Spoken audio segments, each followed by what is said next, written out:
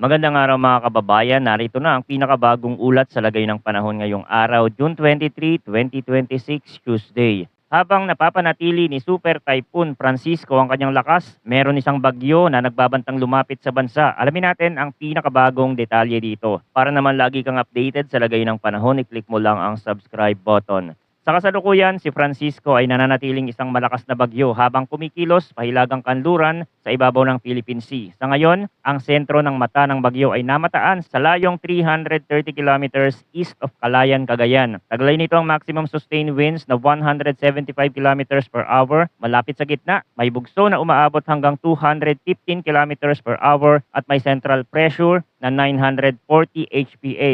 Sa ngayon, malinaw na isa itong napakalakas na sistema at bagamat nananatiling malayo sa mismong malaking kalupaan ng bansa, sapat ang lakas at lawak nito para magkaroon ng epekto sa ulan, hangin at kondisyon ng dagat sa ilang bahagi ng Pilipinas. Sa kasalukuyan, may tropical cyclone wind signal number 1 na nakataas sa Batanes at sa northeastern portion ng Cagayan, kasama ang eastern portion ng Babuyan Island. Sa ilalim ng signal number 1, ang inaasahang lakas ng hangin ay nasa 39 hanggang 61 kilometers per hour at ang antas ng banta sa buhay at ari-arian ay minimal to minor. Gayunman, hindi ibig sabihin ito ay pwede nang baliwalain ang sitwasyon sa pinakahilagang bahagi ng Luzon. Dahil sa laki at lakas ni Francisco, ang lawak ng impluensya nito sa hangin at sa dagat ay sapat para maramdaman sa mga lugar na malapit sa northern frontier ng bansa, lalo na sa mga baybaying direktang nakaharap sa dagat at sa mga lugar na lantad sa pabugsong hangin. Ayon, bukod sa mismong bagyo, isa sa pinakamahalagang dapat pagtuunan ng pansin ay ang heavy rainfall dahil sa pinagsamang epekto ni Francisco at ng southwest monsoon. Para ngayong araw, inaasahan ang 50 to 100 millimeters ng ulan sa Batanes, Cagayan, Palawan, Occidental Mindoro at Antique. Bukas, ang parehong dami ng ulan ay inaasahan sa Batanes, Palawan at Occidental Mindoro. Sa Thursday, June 25,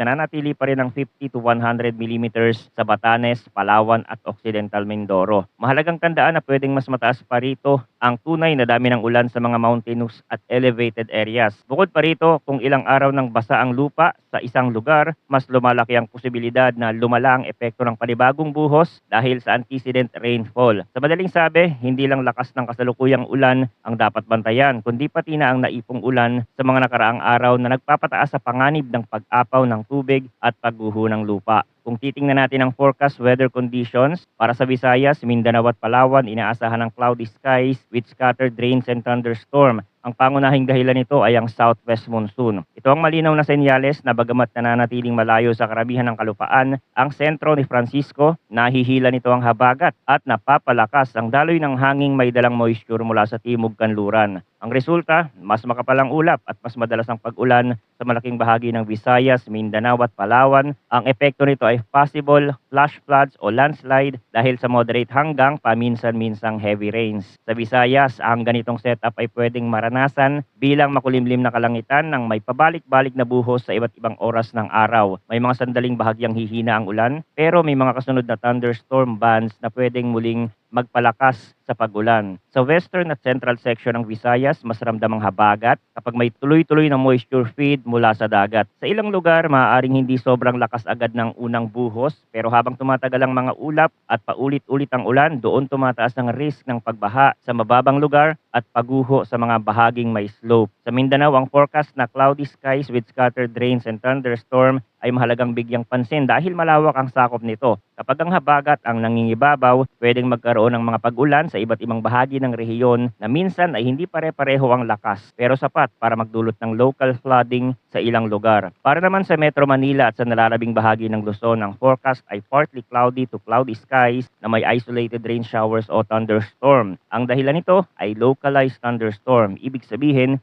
hindi ang bagyo o habagat ang direktang dominanteng nagpapabigat ng ulan sa mga lugar na ito sa kasalukuyang araw, kundi ang lokal na pag-init ng lupa at ang halumigmig sa atmosphere. Ngayon, pag-usapan natin ang hangin at kondisyon ng dagat. Para sa eastern section ng Luzon, inaasahan ng moderate to strong na hangin na mula northeast to northwest. Ang coastal waters dito ay moderate to rough na may taas ng alon mula 1.2 hanggang 3.1 meters. Ito ang pinakamahalagang sea condition sa bansa sa kasalukuyan dahil dito pinakamalapit ang impluensya ni Francisco sa mga baybayin sa silangang bahagi ng Luzon, lalo na sa northern at northeastern seaboards. mas dapat pagtuunan ng pansin ang posibilidad ng mas magulong dagat at mas mapanganib na kondisyon para sa maliliit na sasakyang pandagat. Kahit hindi direktang tumatama sa kalupaan ng sentro ng bagyo, ang lawak ng hangin nito ay sapat para magpataas ng alon at magpalakas ng ihip sa mga baybaying mas nakaharap sa direksyon ng kanyang sirkulasyon. Para naman sa Visayas, Mindanao at Palawan, light to moderate ang hangin na mula southwest at ang coastal waters ay slight to moderate mula 0.6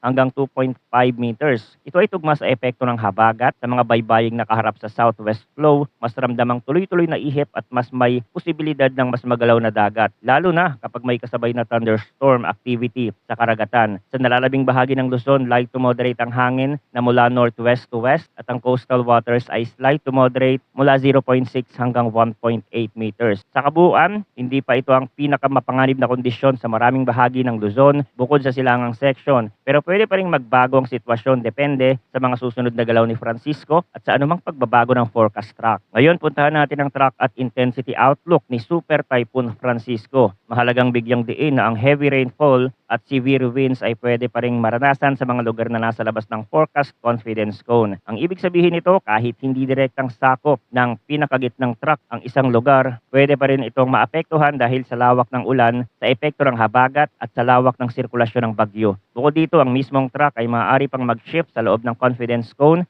kaya nananatiling mahalaga ang mga susunod na advisory, lalo na para sa extreme northern Luzon. Sa kasalukuyang forecast, ang bagyong ito ay mananatiling malayo sa mismong landmass ng Pilipinas. Gayunman, inaasahang unti-unti itong babagal habang kumikilos, generally north-northwestward hanggang bukas ng umaga, June 24, bago ito magre-recurve patungong Ryukyu Island sa southern Japan. Batay sa current track forecast, lalabas ito ng Philippine Area of Responsibility sa umaga ng Friday, June 26. Sa madaling sabi, ang dominanteng senaryo sa ngayon ay paglapit sa ilagang bahagi ng bansa pero hindi direktang pagtawid sa kalupaan. Pagkatapos ng bagyang paglapit, inaasahan itong lilihes, paitaas at tuluyang lalabas ng ating teritoryo. Pagdating sa lakas, maaari pang lalong lumakas si Francisco o mapanatili ang kasalukuyang matinding lakas nito hanggang ngayong hapon. Pagkatapos nito, inaasahan ang weakening trend dahil sa mas hindi favorable environmental conditions. Ibig sabihin, kahit isa na itong super typhoon at napakalakas sa kasalukuyan,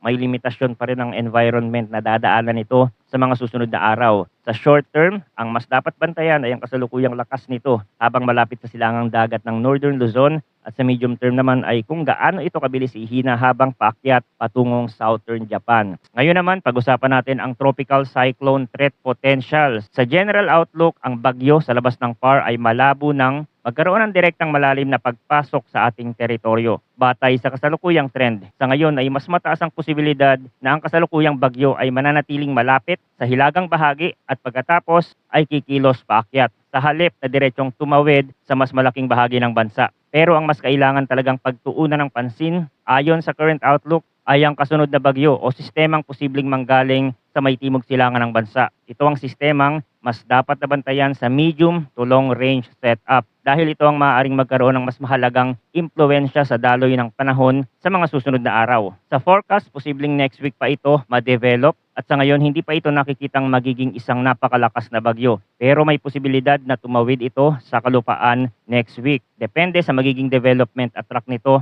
meaning hindi pa ito isang sistemang dapat katakutan agad sa usapin ng lakas, pero sapat na ang indikasyon para sabihing hindi ito pwedeng baliwalain. Ang ganitong mga sistema, lalo na kung nasa maagang yugto pa lamang ng development, ay mabilis magbago depende sa init ng karagatan, upper level winds at sa interaksyon nito sa iba pang weather features sa paligid ng Western Pacific. Sa mga model run at long range forecast, marami ring nakikitang development sa silangan ng bansa. Pagpasok ng July, itong dahilan kung bakit mahalaga ang patuloy na pagmonitor. Hindi lahat ng nakikita sa long range model ay agad nagiging aktual na bagyo. Pero kapag dumarami ang model signal ng development sa iisang rehiyon, sapat na yon para bantayang mabuti ang trend. Sa kasalukuyan, ang mas malinaw pa lamang ay ito, may patuloy na aktibidad sa silangan na posibleng magdala ng panibagong development habang papalapit ang July. May ilan sa mga senaryong ito ang nagpapakitang maaaring may sistemang lalapit sa bansa habang ang iba naman ay nagpapakitang maaaring lumiko rin, palayo o humina bago magkaroon ng direktang epekto sa lupa.